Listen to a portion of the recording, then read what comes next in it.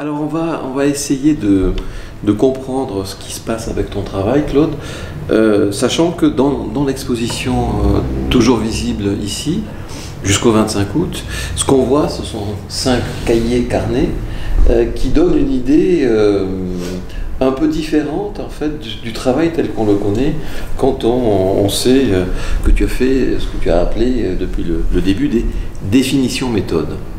On va essayer de comprendre ce qui se passe là quand tu inventes cette forme-là, cette forme d'art. Mais ce qu'on peut dire en tout cas pour justifier 2 fois ta présence ici, la première c'est que tu es dans l'exposition organisée avec la Fondation Bodmer et le MAMCO. Et deuxièmement c'est que même si tu es un peintre qui fait appliquer de la couleur sur un support, tu es un homme de l'écrit, tu es un homme du livre. Et on est ici dans le temple, un des temples actuels du livre, puisque la quasi-totalité de ton œuvre peinte tient dans ce livre, qui est la réunion. Alors, il a été édité en 2016 par le MAMCO, donc il y a 2 ans qui se sont écoulés depuis 3 ans, et tu as créé peut-être 2 ou 3 définitions de méthodes supplémentaires.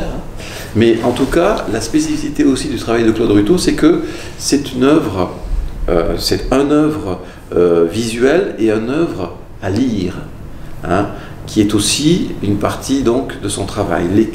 La peinture, c'est aussi quelque chose qui est écrit, c'est quelque chose que on rédige. On va y revenir à ça.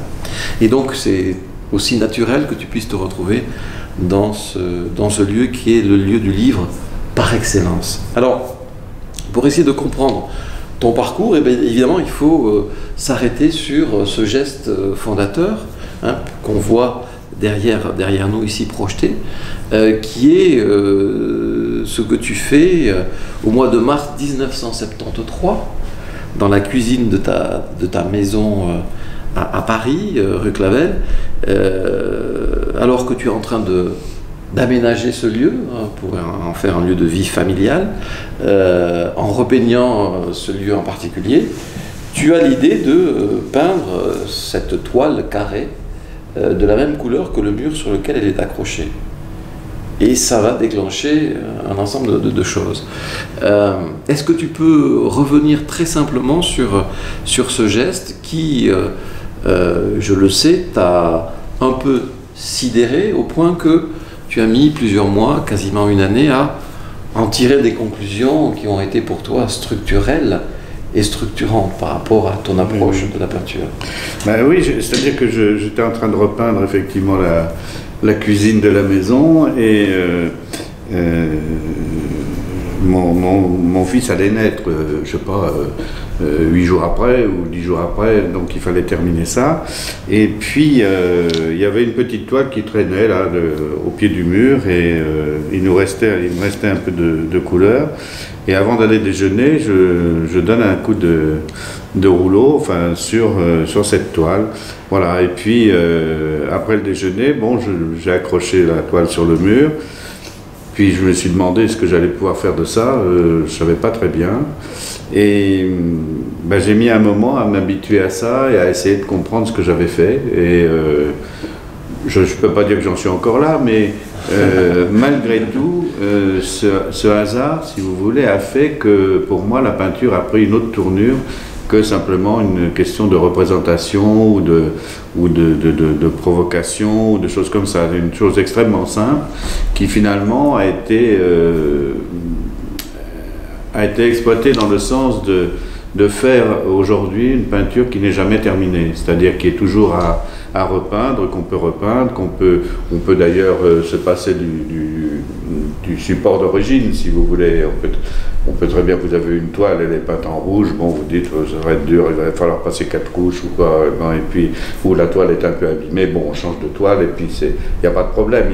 Il y a un problème matériel qui est de réaliser une toile de la même couleur que le mur, mais qui ne représente rien sinon d'être peinte, mais en même temps, si vous voulez, quelque chose qui dans le temps va évoluer obligatoirement.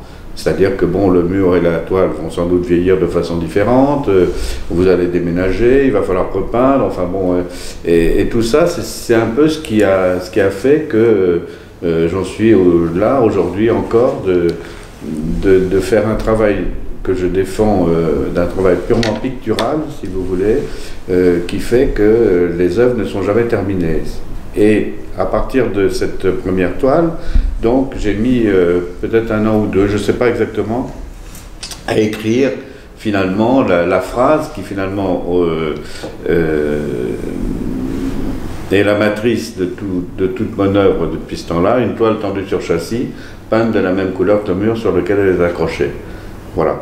Donc, à partir de là, ça s'est développé de façon tout à fait diverse, des grandes toiles, des petites toiles, enfin bon, et petit à petit, il y a des figures qui ont été introduites par les toiles elles-mêmes. Donc, tout ça, si vous voulez, est venu. Il s'est produit aussi des piles de toiles dans la mesure où on décrochait des toiles et on les rangeait dans un coin, donc les piles sont devenues aussi des éléments de la peinture, soit des éléments qui étaient peints de couleurs différentes s'ils venaient d'endroits différents, soit voilà. Et donc par là même et par la technique utilisée, ça permettait aussi que n'importe qui puisse réaliser l'œuvre. Parce que c'est quand même pas tellement difficile de peindre au rouleau une toile de la même couleur que le mur. Et donc ça m'a bien intéressé de pouvoir déléguer finalement aussi la réalisation, enfin ou tout au moins d'être très proche de la réalisation, enfin du résultat plus exactement, mais de permettre à des gens qui voulaient réaliser effectivement une peinture de le faire. Voilà, grosso, enfin bon, c'est un petit résumé comme ça du point de départ du travail, mais qui finalement change beaucoup de choses dans la pratique de la peinture, si vous voulez.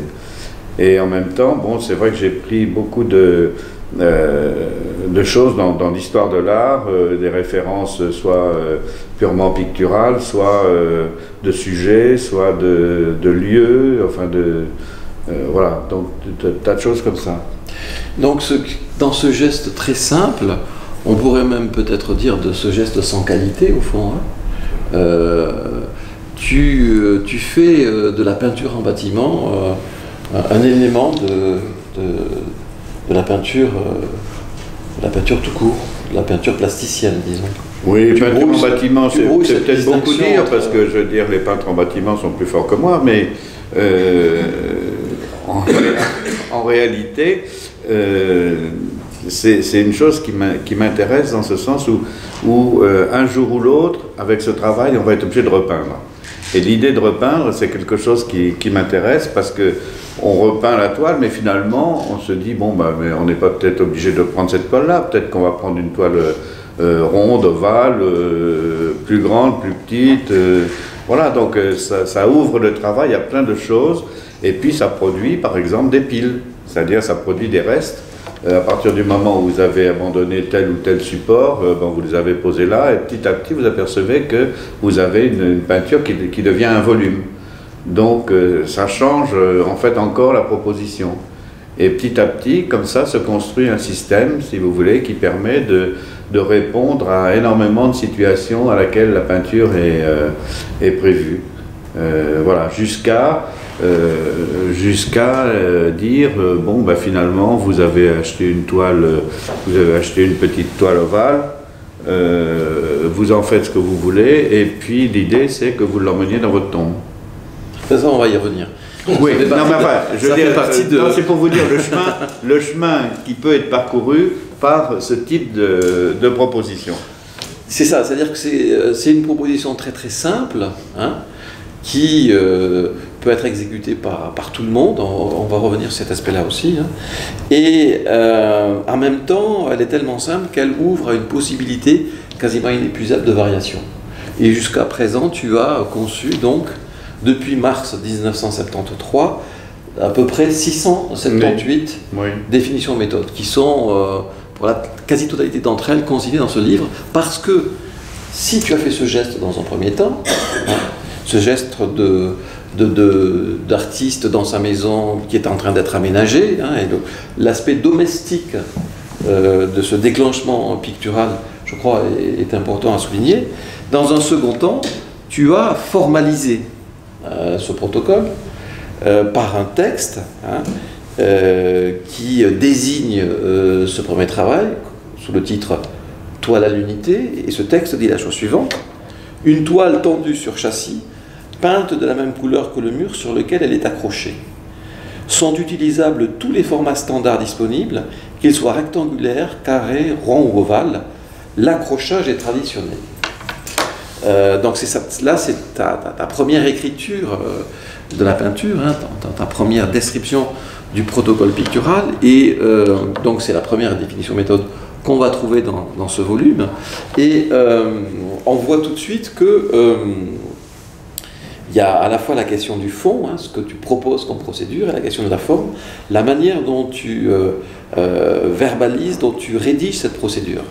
Si on s'attache dans un premier temps à la manière dont tu rédiges cette procédure, ce qui est aussi frappant, c'est qu'en inventant une nouvelle manière de traiter le tableau, hein, et de le contextualiser, on va y venir aussi à ça, tu inventes aussi une écriture particulière. Par exemple, tu n'utilises pas de majuscules dans tes protocoles de formalisation. Oui. Hein. Tu n'utilises pas de point final pour chaque définition méthode. Il y a des sections, des parties de ce que tu écris où il n'y a pas de virgule, alors que d'habitude on en mettrait. Donc cette façon nouvelle d'envisager le tableau s'accompagne d'une façon singulière d'écrire cette nouvelle vision. Pourquoi as-tu choisi justement cette écriture singularisée? Pourquoi as-tu choisi au fond d'inventer ta propre langue jusqu'à un certain point? Invention, c'est beaucoup dire, mais c'est vrai que par exemple le dernier mot là, du texte, c'est traditionnel. Oui. Donc effectivement, je reste dans la peinture au sens le plus classique du terme. Enfin, je veux dire, beaucoup de mes références, ça peut être Poussin, ça peut être je sais pas qui, moi. Enfin bon, pas mal. Les portraits du Fayoum. Oui, les portraits du Fayoum, pour lesquels j'ai une certaine tendresse. Watteau. Oui, il y a Watteau, l'enseigne de Gersaint qui finalement est pas si loin de ce qui est en train de se passer en ce moment, genre foire d'art, quoi. Je veux dire, on n'est pas loin là, je veux dire, vous voyez, donc bon, des choses comme ça, des rapprochements qui m'intéressent sur ce plan-là, et puis effectivement de simplifier ou de prendre des libertés, les mêmes libertés un peu dans l'écriture que celles que je prends dans la peinture, quoi, d'une certaine façon. C'est-à-dire qu'il n'y a pas de... Il y a de la ponctuation, hein, je ne vais pas supprimer tous les signes, et puis ça dépend des textes, ça dépend d'un tas de choses. Mais en fait, il y a quand même une espèce de correspondance entre ma peinture est d'abord écrite, disons. La première phrase, effectivement, vient après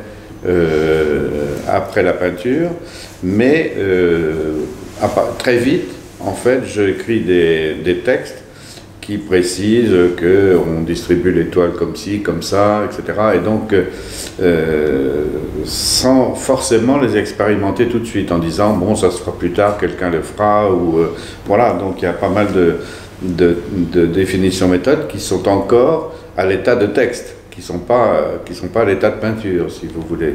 Et mon idée, c'est que bon, c'est pas pressé que ça se fasse. Enfin, je veux dire, ou ça tombera complètement dans l'oubli, ou bon, peut-être que des gens un jour repeindront une toile de la même couleur que le mur, c'est possible. Hein, je veux dire, voilà. Il y a une espèce d'ouverture, si vous voulez, qui ne comporte pas de nostalgie, mais qui entend laisser une liberté certaine pour une évolution que je ne pourrais pas connaître.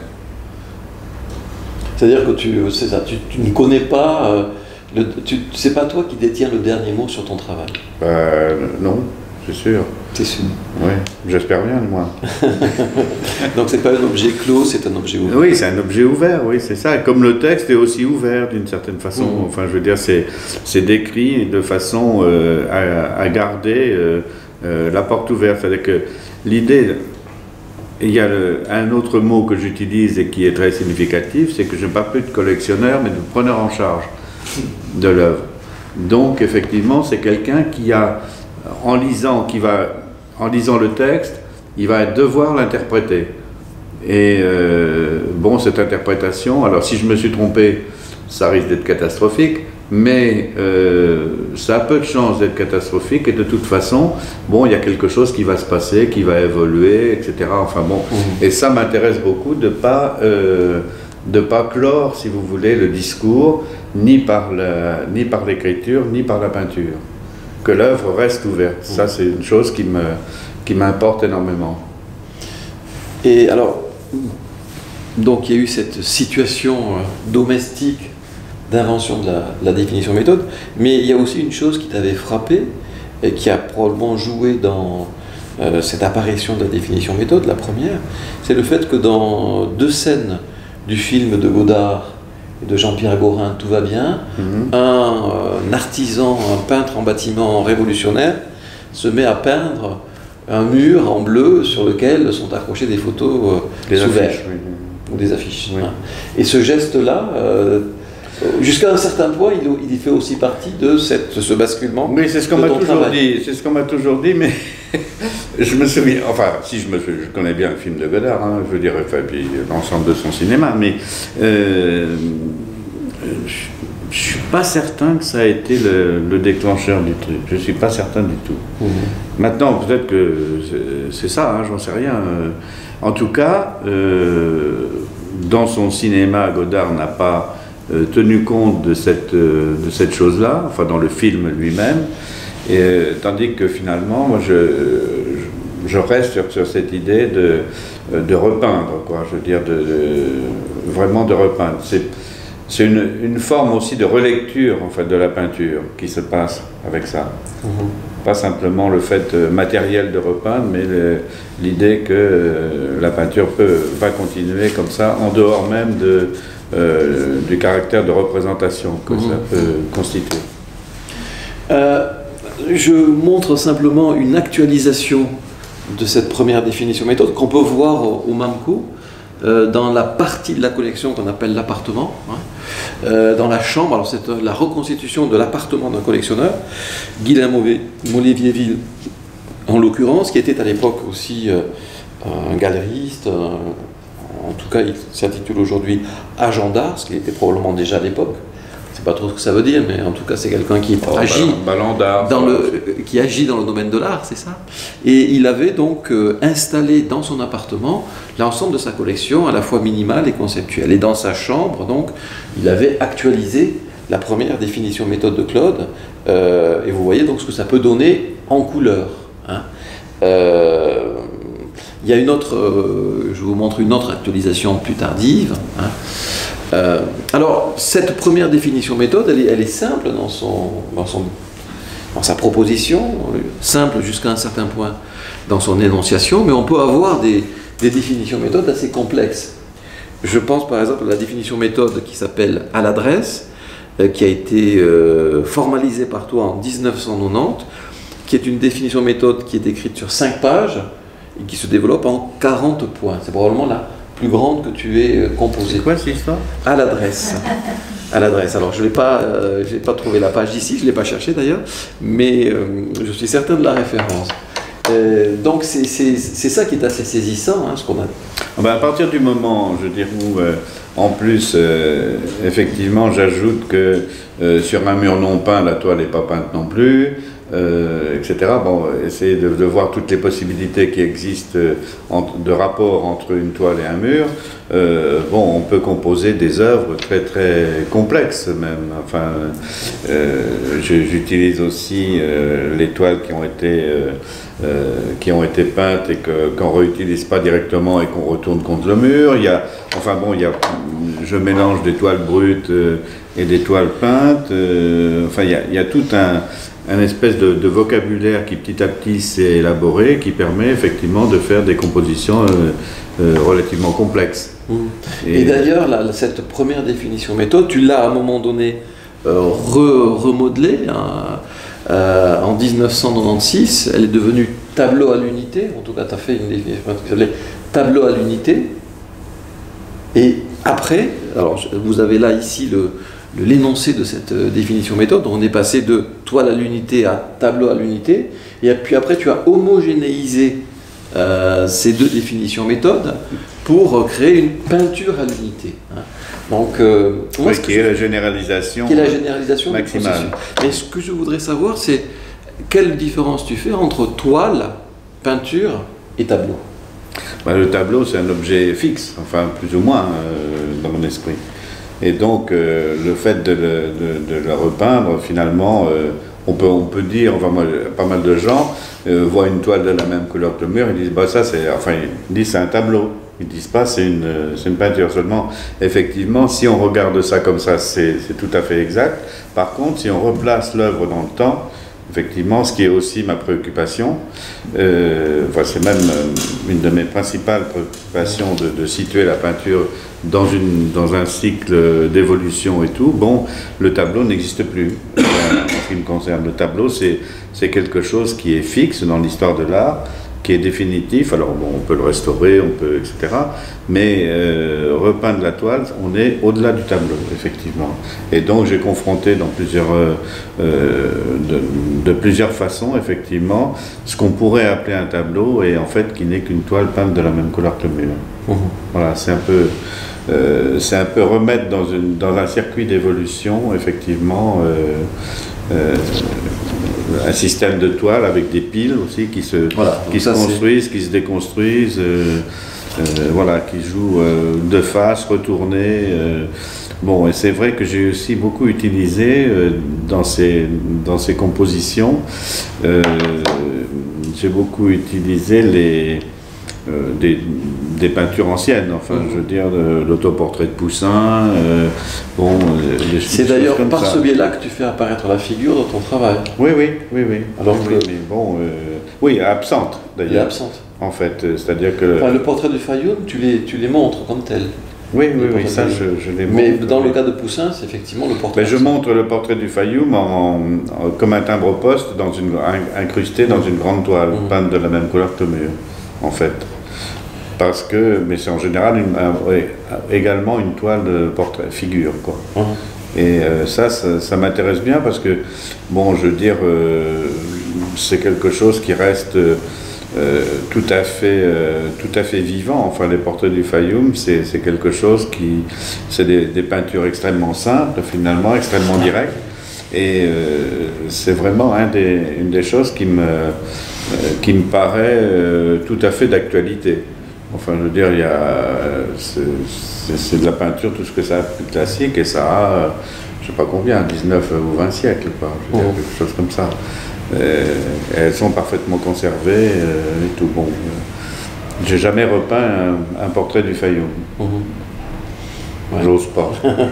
Il y a des interdits. Non, puis je le ferai pas de toute façon, parce que, bon, ça signifie pas grand-chose, je veux dire. Je peux repeindre, je sais pas quoi, n'importe quoi, presque tout, sauf effectivement un certain nombre de peintures anciennes pour lesquelles j'ai une grande tendresse, malgré l'apparence que peut donner mon travail, effectivement. Alors, bon, on comprend là ce qui se passe avec ton œuvre, c'est-à-dire que le preneur en charge exécute le travail. Pas forcément, je peux le faire, mais je laisse tout à fait... Bon, il y a des gens qui prennent plaisir à peindre. Avec une marge d'interprétation réelle. Ah bah oui, c'est sûr, dans l'accrochage, si c'est des choses un petit peu complexes, dans la disposition, dans le nombre de toiles, dans la forme des toiles, il y a beaucoup de définitions méthodes qui sont extrêmement libres, entre guillemets, avec quelques constantes, à savoir, je veux dire, cette idée de mettre une toile, de pas mettre une toile rouge sur un mur bleu, etc. Donc de faire que la peinture existe en continu, et des formats, des choses comme ça. Mais en fait, moi moi je m'appelle peintre, quoi. Vraiment, je pense. Alors, cette partie de l'œuvre très importante, la prise en charge, dans quelle mesure, du fait de cette prise en charge, partagerais-tu cette idée qui à un moment donné faisait florès grâce à Beuys dans l'art occidental, dans l'art européen, selon laquelle tout homme est un artiste, hein, qui est une idée aussi qui vient du romantisme allemand, qui vient de Novalis, qui vient de Schleiermacher jusqu'à un certain point. Oui. Non mais je te pose cette question d'une manière un peu provocatrice, mais... Non, pas provocatrice. Tout un chacun peut réaliser une définition méthode de Claude Ruteau. Est-ce que pour toi ça signifie, comme le disait Beuys, qu'on pourrait jusqu'à penser que tout homme est un artiste? Sauf que, bon, les définitions méthode, jusqu'à preuve du contraire, c'est plutôt moi qui les ai faites, mais il y a 36 façons de proposer effectivement la construction d'une œuvre d'art. Et là, effectivement, beaucoup de gens sont capables de le faire. Peu de gens ont envie de le faire, très certainement, directement, parce que, bon, si on dit, bon, bah, écoutez, vous allez faire une toile, et puis, enfin, vous allez faire une peinture, et puis on va l'exposer au musée d'art moderne, les gens vont dire, oui, bon, je vais avoir l'air d'un con. Enfin, vous voyez ce que je veux dire? C'est pas si facile que ça de faire de la peinture, je veux dire, il me semble. Et dans ce cas précis, effectivement, le développement que j'ai fait de la toile de la même couleur que le mur, au moment où je l'ai fait, je suis bien sûr que j'avais pas la moindre idée de ce que ça allait devenir. Et que j'aurais pas pu sauter les étapes comme ça. Il y a des étapes obligatoires dans le travail de peintre, comme dans beaucoup de travaux, qui fait que, bon, ben, ou on progresse, ou on régresse, ou on fait rien, mais il y a quand même au départ une interrogation, une façon de concevoir les choses qui fait que, bon, on est tous un peu différents, mais et puis beaucoup de gens ont fait de la peinture comme ça, voilà, mais ça veut pas dire que c'est vraiment de la peinture. Enfin, je veux dire, pour moi, la peinture, ça veut dire quelque chose, et il y a peu de gens qui se sont attaqués à ce genre de choses dans le temps, si vous voulez. C'est-à-dire que, bon, quand même, je prends quand même le risque qu'il reste rien du tout de ce machin-là. C'est pas... Mais vous avez raison, madame. Il y a l'écrit, en fait. Il y a l'écrit. Oui, il y a l'écrit, mais oui, c'est ça. Non, mais en même temps, c'est plus compliqué que ça, si vous voulez. Vous voyez ce que je veux dire? C'est pas une peinture qui est improvisée, c'est une peinture qui a été construite à partir d'un genre de hasard, finalement. C'est-à-dire, il y avait une toile qui s'est trouvée là, j'avais un pot de peinture, etc. Bon, mais après, bon, ben, ça n'a pas été immédiat. J'ai mis un certain temps à comprendre même ce que j'avais fait. Vous voyez, je ne suis pas sûr de tout avoir compris, mais en tout cas, il y a eu un développement qui s'est fait dans le temps, et il y a quand même une évolution visible dans le travail. Je ne pense pas que immédiatement on puisse arriver à faire ou des toiles de la même couleur que le mur sans y avoir réfléchi un peu, etc., ou des piles de toiles, ou des choses comme ça. Il me semble qu'une œuvre, enfin, ça se construit. Alors on peut toujours avoir le coup de chance de faire un Rembrandt, c'est assez rare quand même, il faut bien dire, mais voilà, c'est quand même quelque chose qui se construit, l'art, d'une certaine façon. C'est vrai pour la musique, c'est vrai pour toute forme d'art, me semble-t-il. Il y a quand même une construction intellectuelle qui a lieu, quoi, me semble-t-il. Oui. Il y a aussi une évolution dans vos définitions. Je pense que la première définition que vous avez écrite n'aurait pas pu être la même que la numéro 48. J'imagine que... 48, oui. Non, mais ce que je veux dire, c'est que chaque définition a aussi évolué en fonction... Mais oui, les choses se nourrissent comme ça au fur et à mesure, bien entendu. Bien entendu, et...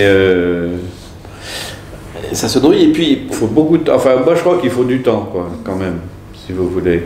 Et que pour faire une œuvre qui a la prétention, je ne dis pas qu'elle le fait, mais qui a la prétention de tenir un petit peu le coup, c'est beaucoup de temps de réflexion, de ne rien faire d'ailleurs aussi.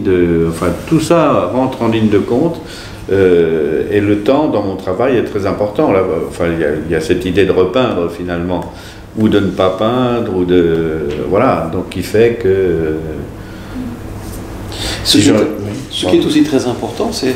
Pour finir, est-ce que l'œuvre, c'est le travail intellectuel qui a été fait, le travail de créativité intellectuelle qui a été fait, ou bien c'est le résultat physique? Parce que j'imagine que parfois vous ne réalisez pas. Non, la moitié des définitions méthodes à peu près n'a pas été réalisée. Oui, c'est ça. Donc pour vous, comment est-ce que vous comprenez ce travail intérieur? C'est difficile de dire que je comprends mon œuvre ou que je la comprends pas. Je suis dedans, si vous voulez, et je continue. Il y a 3 ans, j'aurais pas pensé à proposer à quelqu'un d'emmener une petite toile dans sa tombe. Vous voyez, je veux dire, c'est rien. C'est rien, mais bon, ou des peintures, j'ai une série de peintures suicides aussi, où on enlève chaque année un morceau, etc. Bon, tout ça, c'est des choses qui sont venues petit à petit. Alors c'est juste, c'est pas juste. Bon, il y a aussi toute une part, si vous voulez, dans ce travail-là, à partir de données de base simples, d'évolution, de tâtonnement, de recul, éventuellement, voilà, puis d'abandon de certaines choses, comme dans toute œuvre d'art, hein, c'est pas du tout linéaire. C'est pas du tout linéaire, et il y a systématiquement une attention portée, ce que ne fait pas la peinture moderniste de manière générale, au contexte. C'est-à-dire que la procédure, on peut dire qu'elle est conceptuelle, et le résultat, il est contextuel. C'est ça aussi la grande révolution de ton travail, c'est que à travers la toile peinte de la même couleur que le mur sur lequel elle est accrochée, c'est pas simplement la toile qui apparaît, c'est le mur, c'est le contexte dans lequel le mur s'inscrit, c'est une globalité d'éléments qui font qu'une apparition picturale a lieu. Alors que le modernisme considérait que le tableau était un objet sanctuarisé, indépendamment de ce qui l'entourait, et qu'il valait comme un objet clos, comme une entité en soi. Ça, c'est très Oui, c'est-à-dire que c'est une œuvre ouverte, enfin, effectivement, ouverte même au maximum, parce que, je veux dire, les gens qui ont acquis une de mes œuvres, ils peuvent très bien dire, bon, bah, finalement, vous savez, on a changé les dimensions de votre œuvre, et puis on l'a peint d'une autre couleur, etc. Bon. Et ça fait évoluer, le travail évolue tout seul, d'une certaine façon. Moi, je ne peux pas m'y opposer. Enfin, je veux dire, je peux vendre à quelqu'un les peintures à l'unité. Elles peuvent être de n'importe quelle dimension, petites, grandes, etc., rondes, carrées ou ovales. De préférence, d'ailleurs, dans ce cas-là, des formats standards, pour qu'il n'y ait pas d'ambiguïté et puis de recherche d'originalité spécialement. Et à partir de là, bon, ben, le preneur, celui que j'appelle le preneur en charge, qui est l'ex-collectionneur, bon, a une très grande liberté d'actualiser les définitions méthodes. Et ça, c'est une chose qui m'intéresse bien, qui est l'ouverture, effectivement, peut-être pas maximale, mais une ouverture importante, effectivement, de la peinture, d'une certaine façon, dans la mesure où là, je ne fais plus de tableau, quoi. Je fais de la peinture, mais je ne fais plus de tableau. Est-ce qu'on est bien dans ce paradoxe unique et multiple, alors? Parce que Comment? la peinture est unique, et puis la réalisation peut être multiple. Exactement. Enfin, non, elle n'est pas unique, comme aurait dit Francis Blanche, mais elle est spécifique à un moment donné, à une page donnée, etc. Et ça peut prendre des formes très différentes. Mais en fait, je me suis longtemps attendu à ce que des gens me proposent des définitions méthodes, et ça ne s'est jamais fait jusqu'à présent. Et ça, c'est quand même un peu étonnant, d'une certaine façon, parce que j'ai des gens qui sont très, très proches de mon travail. Et bon, alors ils peuvent dire pour une actualisation, etc., et si on fait ça, ça t'embête ou pas. Bon, mais me proposer une définition méthode, jamais personne me l'a fait. Je trouve ça assez étonnant. Alors, puisqu'on est aussi ici à cause ou grâce à l'exposition dans laquelle tu es, quel a été jusqu'à présent le rôle des cahiers et des carnets dans ton travail? Comment tu utilises ce type de support, ce type de format, ce type d'objet? Bah, c'est un mode de réflexion, en fait, je veux dire, c'est une façon de réfléchir sur la peinture, hein, je veux dire, c'est vrai que je me lève assez tôt le matin en général, et j'écris pendant, oui, 1 heure ou 2 heures, ça dépend des jours, mais ma peinture vient, enfin, joue avec l'écrit beaucoup aussi. Donc, avec les titres, en précisant les choses. Récemment, je travaille sur un texte qui concerne la signature. Et à mesure où effectivement mes toiles ne sont pas signées, ni à l'avant ni à l'arrière. Donc, puisqu'elles sont interchangeables et tout, il n'y a pas à privilégier, si vous voulez, un support qui à un moment donné deviendrait chef-d'œuvre ou deviendrait élément d'histoire de l'art, etc. Enfin bon, il y a une espèce à la fois de production et d'effacement qui se conjuguent, si vous voulez, dans ce travail. Et l'idée, c'est que où mettre la signature, quoi. Qu'est-ce que c'est que la signature pour une œuvre comme ça? Donc ça, c'est des choses sur lesquelles j'ai pas mal réfléchi, par écrit, par exemple. Par contre, les définitures méthodes sont signées. Là, le livre est signé. Oui, le livre est signé, oui. Enfin, je revendique effectivement les textes. Sachant que les textes ne sont pas la peinture. Mais bien sûr que non. Voilà, donc là on a une partie de ton travail, mais c'est pas le travail de ton travail. Non, c'est pas la peinture. Je veux dire, je pourrais très bien avoir écrit tout ça et n'avoir jamais rien peint. Alors qu'est-ce qu'on trouve dans ce livre qu'on ne trouve pas dans les cahiers ou les carnets, ou plutôt qu'est-ce qu'on trouve dans les cahiers et les carnets qui n'est pas dans... La préparation de ces trucs-là. C'est-à-dire les notes de lecture, beaucoup, des choses comme ça. Alors je mets derrière, je projette là, des images, des œuvres qui sont dans l'exposition unique.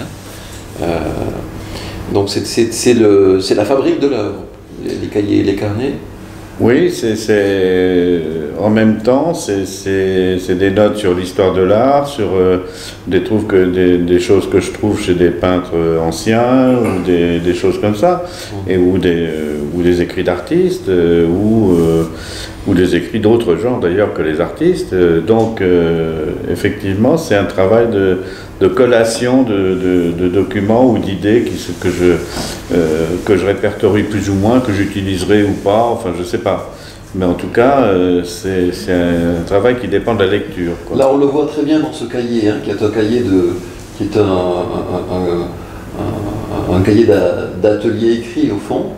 Mais il y a aussi un autre type de document, en tout cas de pièce qui est dans l'exposition. C'est ce carnet sur la peinture suicide numéro 9. Donc tu te parlais de peinture suicide, c'est-à-dire de ces tableaux qui diminuent, disparaissent dans le temps, mais la peinture suicide numéro 9, elle est un peu particulière par rapport à ça. Ben oui, j'en ai parlé là. Voilà, mais je prends la liberté de lire la définition méthode de cette peinture suicide numéro 9. Peinture suicide numéro 9, elle a été écrite, cette définition méthode, en 2012, c'est le numéro 161. Toile tendue sur châssis de forme indifférente, rectangulaire, carré, ronde ou ovale. Tu ne mets pas de virgule après chaque terme. Peinte de la même couleur que le mur sur lequel elle est accrochée. Elle est choisie parmi les plus petits formats standards, de façon à pouvoir être transportée facilement. Cette œuvre s'inscrit dans le réel, au plus près de la vie du preneur en charge. Elle doit le suivre dans les différents lieux où il l'installera. C'est une peinture d'accompagnement. Il y a donc toutes les chances pour qu'elle change plusieurs fois de forme, de couleur, d'accrochage. Si cette peinture devait être présentée dans une exposition, il serait le seul à pouvoir l'actualiser. Cette œuvre ne peut être ni revendue, ni faire partie de l'héritage. La documentation qu'il aura constituée sera léguée au musée de son choix. La définition méthode se termine ainsi. Il s'engage en effet, le preneur en charge, propriétaire, à ce que cette œuvre disparaisse en même temps que lui et selon les mêmes modalités prévues que pour lui-même. Ce double engagement constitue la condition d'acquisition de l'œuvre. La peinture l'accompagne dans sa tombe. Cette définition méthode ne portera ni numéro ni date sur le descriptif. Il sera seulement consigné la date de sa fin, celle de la disparition du preneur en charge. Cette œuvre appartient à l'artiste. Donc il y a quelque chose de très aussi humoristique et dramatique en même temps dans cette procédure. Est-ce que cette peinture suicide numéro 9, dont on voit le chantier d'élaboration dans ce magnifique petit carnet qui est dans l'exposition, est-ce que cette peinture suicide numéro 9 a déjà été exécutée? Est-ce qu'elle est déjà morte? Oui, elle a été exécutée, mais elle a été aussi acquise par plusieurs personnes. C'est-à-dire que, bon, Mais il y a au moins 3 preneurs en charge qui ont acquis cette œuvre. C'est une œuvre d'avenir et de mort, là. Ah oui, c'est une œuvre d'avenir, ça c'est sûr. Mais moi, ça m'intéresse bien que... Je ne sais pas trop comment le dire, mais c'est vrai que ça m'intéresse bien que ça s'efface, que la peinture, qu'il y ait une peinture qui existe, qui s'efface en même temps que nous, quoi. Je veux dire, c'est une peinture très, très proche, quoi, très intime. Mais c'est ce qu'il dit dans la définition méthode. Oui, exactement. Donc, moi, c'est une chose qui m'intéresse bien. Donc, on est encore plus dans la dimension domestique de la peinture, qui est frappante quand on voit cette première image. Oui, domestique, je sais pas. Oui, je sais pas si ou intime, ou intime, oui, en tout cas très lié, très personnel, quoi. Très lié au corps. Parce que en fait, c'est quand même les preneurs en charge qui font vivre mon travail. C'est-à-dire, c'est eux qui l'actualisent, c'est eux qui choisissent la couleur, et éventuellement qui choisissent le format, la dimension, etc. Donc, à vrai dire, pourquoi est-ce qu'elle ne s'arrêterait pas avec eux aussi? Bon, il n'y a aucune... c'est pas rare, quoi, je veux dire. Elle n'est pas unique, cette définition de méthode. Elle peut, n'importe qui peut l'acquérir. Alors il y a d'autres peintures suicides, et là je montre des images de la peinture suicide qui appartient, enfin qui n'est pas dans la collection de l'appartement, qui est un dépôt, qui est montré dans l'appartement au MAMCO. C'est une peinture suicide dont qui se réduit au fur et à mesure qu'elle a été changée. Et au moment où une institution publique l'achète... Non, pas qu'elle ait été changée. Dans le temps, elle se réduit de temps par année. Enfin, suivant, il y a des croquis différents, enfin, qui font que certaines durent 10 ans ou 12 ans. Donc, celles-ci, quand elles ne sont pas acquises, elles disparaissent au bout de ce temps-là. Bon, définitivement. Mais autrement, elles sont actualisées au bout d'un certain temps et elles sont réduites suivant le pourcentage, suivant le nombre d'années, en fait, qui est différent pour chaque proposition. Et à ce moment-là, bon, ben, elles deviennent des toiles de la même couleur que le mur, effectivement, avec une forme particulière pour chacune. Et bon, ben, elles suivent le mode normal de la peinture, c'est-à-dire qu'elles sont à repeindre au fur et à mesure de la même couleur que le mur. Donc celle-ci, elle a diminué, et avant de disparaître, le MAMCO l'a acquise. Ou en tout cas, elle fait partie de la collection. Ben, oui, parce et donc ça arrête sa mort, ça arrête son suicide. Mais c'était pas celle de Moléviéville, non? Si. Eh ben oui, mais c'est ça. Non, mais je veux dire, elle est au MAMCO, mais enfin, je veux dire, c'est un dépôt, c'est un Guilain qui l'a acquis à... je sais plus là. Oui, c'est ça, oui, alors attendez, je me souviens. Alors, oui, il a acheté cette œuvre parce qu'il connaissait bien la durée de vie de l'œuvre et il a dit je l'achète au dernier moment avant juste qu'elle soit supprimée. Et voilà pourquoi elle est toute petite, effectivement. Ça a été le dernier stade de l'œuvre, si vous voulez. Donc c'est assez rigolo, mais là c'est vraiment quelqu'un d'intime, enfin je veux dire qui connaissait bien la proposition. Qui complètement rentré dans le jeu. Oui, et qui est rentré dans le jeu, oui, effectivement. Mais de toute façon, il faut rentrer dans le jeu. Je veux dire, là, l'histoire d'emmener la peinture dans sa tombe, c'est un peu une caricature. Enfin, ça vient aussi des portraits du Fayoum. Enfin, je veux dire que les gens qui se faisaient portraiturer jeunes, bien en forme, etc. Bon, on ne s'imaginait pas qu'un jour, parce que dans la plaine d'Égypte, ça serait bien conservé à cause de la température du sable, de tout ça, qui fait qu'on a retrouvé les peintures intactes, mais, enfin presque intactes, mais ça joue exactement dans ce sens-là, il me semble. Voilà. Et j'ai toujours trouvé assez drôle que les gens qui se sont fait portraiturer jeunes, en général, dans les portraits du Fayoum, pourquoi ils étaient assez naïfs pour croire que quelqu'un vous laissez une image et vous savez qu'elle va aller dans votre tombe et que personne ne la verra plus. Je veux dire, c'est quand même rare que... On peut faire une image invisible, c'est ça? Je sais pas. Ça, j'ai jamais trouvé la réponse à cette chose-là, mais ça m'a toujours intéressé. C'est ce qui fait que j'aime bien l'idée au moment de sa mort, de mettre la toile dans le cercueil. Si on revient à ce carnet là, de la peinture suicide numéro 9, est-ce que tu as eu d'autres carnets consacrés à des peintures suicides ou c'est celui-ci? Non, non, c'est le seul. C'est le seul. Oui, oui, oui. Et c'est véritablement... Il faut dire que c'est pas très commercial, les peintures suicides. Alors, une petite question par rapport à la peinture suicide numéro 9. Comment? La peinture suicide numéro 9, Ouais. 3 preneurs en charge. Oui, oui, c'est des gens qui ont acheté, la... Dans quelle tombe? Ils ont? Elle finira dans quelle tombe? Ah bah, la tombe du preneur en charge. Enfin, la personne qui l'a acquise, elle l'emmène avec lui dans sa tombe. J'ai pas compris, parce que c'est une œuvre multiple, donc voilà. voilà, donc elle finira... Oui, oui, elle va finir en cendre, quoi. D'accord. Enfin, en cendre ou autrement, si c'est un autre mode de sépulture, moi je sais pas, hein, je veux dire, il n'y a pas de... Mais à partir du moment quand même où, bon, actuellement la majorité des gens se font incinérer, enfin bon, il y a beaucoup, enfin, pas tous, hein, loin de là, mais enfin, quand même, il y a quand même beaucoup de gens qui se font incinérer, et il y a sur les 3 personnes, enfin bon, 4, mais il y en a une qui est partie, les gens qui ont acquis ça sont des gens qui se feront incinérer. Je crois. Enfin, je suis sûr même. Il y a une résistance, si vous voulez, si vous voulez, dans le fait d'être réduit en cendres, effectivement, ça gêne sans doute beaucoup moins que de laisser la toile dans le cercueil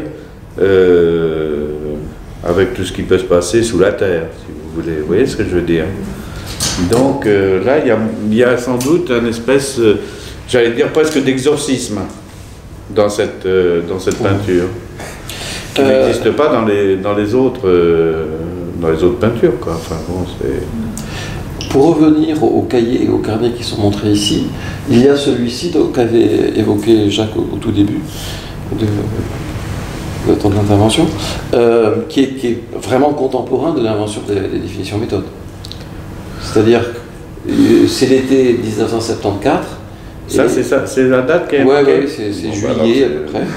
C'est l'été, c'est le bassin Marrakech. Non, mais je vous crois. Non, mais ce que je veux dire par là, c'est que il y a là la coexistence de deux choses complètement opposées. Mais ça ne te cause aucun problème. Ça ne me pose aucun problème. Le seul problème que ça pose, c'est que j'ai mis un certain temps à comprendre ce que j'avais fait. Pas par rapport au cahier, mais par rapport à la définition méthode. Oui. C'est-à-dire que, bon... quand j'ai peint la définition méthode, que j'ai peint la première toile de la même couleur que le mur, je me suis dit, zut, qu'est-ce que c'est?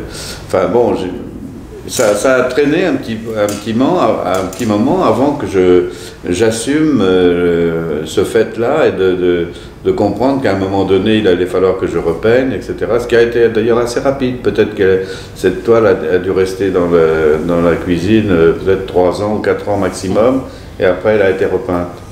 Mais... voilà, je veux dire, c'est pas si facile, c'était pas si facile en fait au départ de penser que bon, ben, j'avais trouvé un truc et puis bon, ça continuait comme ça. Ça s'est pas passé comme ça, ça a été beaucoup plus compliqué parce que j'avais à laisser en plan un certain nombre de travaux qui étaient en cours, dont tout un travail sur le jeu de Marelle, qui est aussi une progression sur un damier, etc. Enfin bon, des choses comme ça qui font que pendant peut-être 1 an ou 2 ans, j'ai pas beaucoup... je pense que la première exposition d'une grande toile de la même couleur que le mur, c'est au Musée national d'art moderne, avec Jean-Hubert Martin. En 74, tu oui, à côté de la Tristesse du Roi, je crois, ou de... Je ne sais plus si c'est la Tristesse du Roi ou enfin, je ne sais plus. À côté de Matisse. Hein. Oui, à côté de Matisse, voilà. Donc, et donc ça, c'était en plus, c'est un moment où j'ai eu beaucoup de mal à refaire la couleur du mur qui était passé depuis un certain nombre d'années et qui était éclairé d'un côté par la lumière du jour et de l'autre côté par par des néons. Donc ça a été très, très difficile à faire. J'ai mis plusieurs jours à trouver la même couleur. Donc, mais bon, entre-temps, effectivement, il y avait des choses que j'avais commencé, que j'ai continué, dont les marelles, un certain temps, etc. Voilà, que j'ai terminé. Bon, et ça a été une espèce de clôture, effectivement, qui a mis un peu de temps à se faire. Il y a eu un délai entre le moment où je n'ai plus fait que ça et le moment où j'avais trouvé, enfin j'avais fait un peu par hasard, faut bien dire, la toile de la même couleur. Entre le moment décisif, oui, oui. Il y a une sorte de période peut-être de sidération. Oui, oui, oui. Est-ce que vous avez des questions à poser? Ce sont évidemment les bienvenus. J'aurais une question. Par rapport au geste de dessiner, de peindre, le plaisir, enfin, de la matérialité de cet acte créatif, est-ce qu'il y a quelque chose qui vous enchante encore, ou bien que vous cherchez encore à vivre, ou bien parce que le fait de faire, de pratiquer tout ça, ça veut dire que vous ne touchez plus jamais un pinceau c'est-à-dire que je suis, sur ce plan-là, je suis neutre. Si quelqu'un me demande de peindre ces toiles de la même couleur que le mur, je le fais. S'il ne me le demande pas, s'il préfère que ça soit un peintre en bâtiment, je ne m'y oppose pas. Je ne peux pas dire que ça me... je prends pas de plaisir à peindre, si vous voulez. Par contre, je peux prendre du plaisir à voir le résultat de la peinture. Je trouve que la peinture, on s'en met partout et tout, enfin bon, mais c'est vrai que je suis très content de voir les résultats, enfin je suis très curieux même de voir les résultats de ce que les gens font du travail. Mais que ce soit moi qui peigne ou un professionnel, ça n'a pas grosse importance. En fait, ou même l'idée la mieux serait effectivement que ça soit le preneur en charge, enfin le collectionneur, si vous voulez, qui peigne ces murs. Et ça arrive, hein. Je dirais. J'ai compris, mais disons, quand on voit les dessins, quand j'ai vu les dessins dans l'exposition, je me suis dit, il y a quand même une part de vous en tant que, je sais pas, que dessinateur, créateur, enfin, qui a quand même un plaisir de la forme, de la couleur, du papier, bah oui, de la matérialité. Mais ça, vous ne la vivez plus, en fait. Vous la vivez d'une autre manière.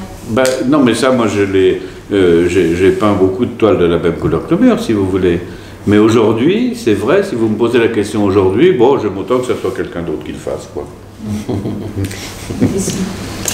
dessinez plus. Comment? Il y a toujours des cahiers et des carnets. Si, il y a des cahiers, il y a des projets, il y a des textes. Voilà. Je continue à travailler, mais réaliser la peinture moi-même, c'est pas indispensable. On s'en met partout et tout, enfin bon. Une ultime question. Est-ce que, somme toute, tout collectionneur n'est pas au premier degré, enfin, dans son apparition, dans son phénoménologie, disons, un preneur en charge, puisqu'il a une responsabilité de conservation, il s'attribue un rôle par rapport à l'œuvre, ça me rappelle le temps de sa vie à propos de la... il est responsable, effectivement, de l'œuvre. Tout collectionneur l'est, enfin... Oui. Et votre définition révèle ce terme collectionneur. C'est-à-dire que bon, c'est pas neutre, oui, d'acheter, parce qu'à un moment donné, ou l'autre, vous allez être obligé de repeindre. Soit parce que vous avez déménagé, soit parce que finalement le peintre qui vous a peint vos murs vous a mis une peinture qui n'était pas terrible, et puis bon, elle est un peu passée, la toile n'a pas vieilli de la même façon que le mur, etc. Donc à un moment ou l'autre, il va falloir repeindre. Et repeindre, c'est une chose très importante pour ce travail. Et c'est vrai, pour ce jeu-là, vous faites une métonymie ou une métaphore, surtout le rôle du collectionneur, quel qu'il soit, par rapport à un poussin ou autre peinture à venir, ou en devenir, ou passer éventuellement. Parce que tout collectionneur a ce rôle-là, somme toute, de preneur en charge de l'œuvre, qu'il a pris en charge chez lui par son accaparement. Oui, mais ça il doit l'avoir. Au-delà de la vôtre, je parle bien de façon générale. Vous faites une description du collectionneur, quel qu'il soit, au-delà de la personne qui prend en charge votre définition. C'est en ce sens que cette œuvre est contextuelle, c'est-à-dire qu'elle fait apparaître des choses qui sont acquises, tellement acquises qu'on ne les regarde plus, et tout d'un coup, ce que tu dis, je Je pense assez juste, hein, même vraiment juste. Un peu en métaphore. On prend conscience du rôle du collectionneur, surtout à travers Mais le problème, la c'est que moi, confiance si que je n'ai lui pas de fait, collectionneur, il n'y a pas de peinture. Voilà. C'est aussi simple que ça. Alors peut-être pour finir, puisqu'on est dans un lieu qui est le lieu de l'écrit par excellence, je voudrais lire juste la fin provisoire de ce livre sur les définitions méthodes, sachant que c'est un livre dont vous trouverez l'introduction sur la 4e de couverture. Il y a plein de choses comme ça dans ce livre. Et voilà comment Claude termine son volume. L'écrit avait promis une peinture, elle est là, en transit.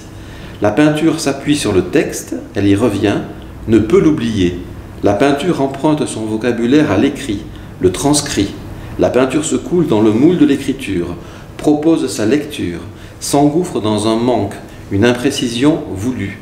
Jouant sur les mots, les toiles font semblant d'avoir gagné la partie, mais la phrase n'a pas dit son dernier mot. Merci. Merci.